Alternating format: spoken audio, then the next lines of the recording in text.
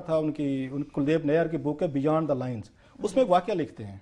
वो ये कहते हैं कि जब उसके बाद इंडिया में वहां पे इलेक्शन हुए इमरजेंसी के बाद, और इंदिरा गांधी का उनका जो हल्का तालाबाद था, तो इंदिरा गांधी हार रही थी इलेक्शन। ये बहुत बड़ी बात थी कि इंदिरा गांधी इलेक्शन हार रही है। जो डिप्टी कमिश्नर था वहां का, उस पर दबाव पड़ गए हैं कि आप इनका इलेक्शन इनका आके अनाउंस मत करें, इसका इंदिरा गांधी का। उस पर डिप्टी कमिश्नर को दबाव डाला पूरी की पूरी उन्होंने आगे एडमिनिस्ट्रेशन है कि इंदिरा गांधी के हारने का इलेक्शन ये कोई आम खबर नहीं है। वो जो वहां का डिप्टी कमिश्नर था वहां से उठा, घर गया और अपनी बीवी से उसने पूछा, उसको कहता है कि भले लोग के मेरे ऊपर यहाँ से ये दबाव है कि मैं इसका इंदिरा गांधी की जो हार है ना, इसको अनाउंस मत करूं, मैं रात को कर लूं, अभी नहीं करना, बड़ा इसका बुरा इंपैक्ट आएगा। तो तुम क्या कहती हो? वो लिखते हैं उसमें कुलदीप नैयर साहब अपनी ये बुक में कहते हैं वो उस वक्त न बैठी कपड़े धो रही थी, बर्तन वगैरह, वहां तो ऐसे सिस्टम है।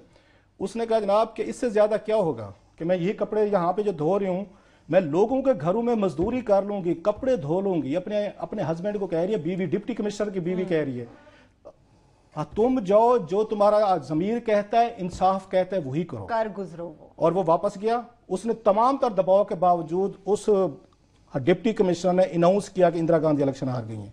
ये करैक्टर की बात होती है, ये थोड़ा सा आपको डिफाई करना पड़ता होता है। ये हमें मत ये सुनाया करें नैरेटिव जो आता है, नौकरी से चले जाएंगे, ये ट्रांसफर हो जाएंगे, प्रमोशन नहीं होगी। फिर सोसाइटी बचाने के लिए आपको अपने ऊपर पड़ी हुई जिम्मेदारी को लिव अप करना पड़ता है, और वही कुछ डिप्टी कमिश्नर ने किया। उसकी बीवी ने एक अल्फाज है, उसकी किताब पढ़ना है उनके नैयर साहब की, उसने मुझे लोगों के कपड़े धोने पड़े ना, घरों के मैं धो लूंगी, तुम जाओ किसी के दबाव में आओ बगैर, तुम उसकी इंदिरा गांधी के आके अनाउंस करो। उसने किया।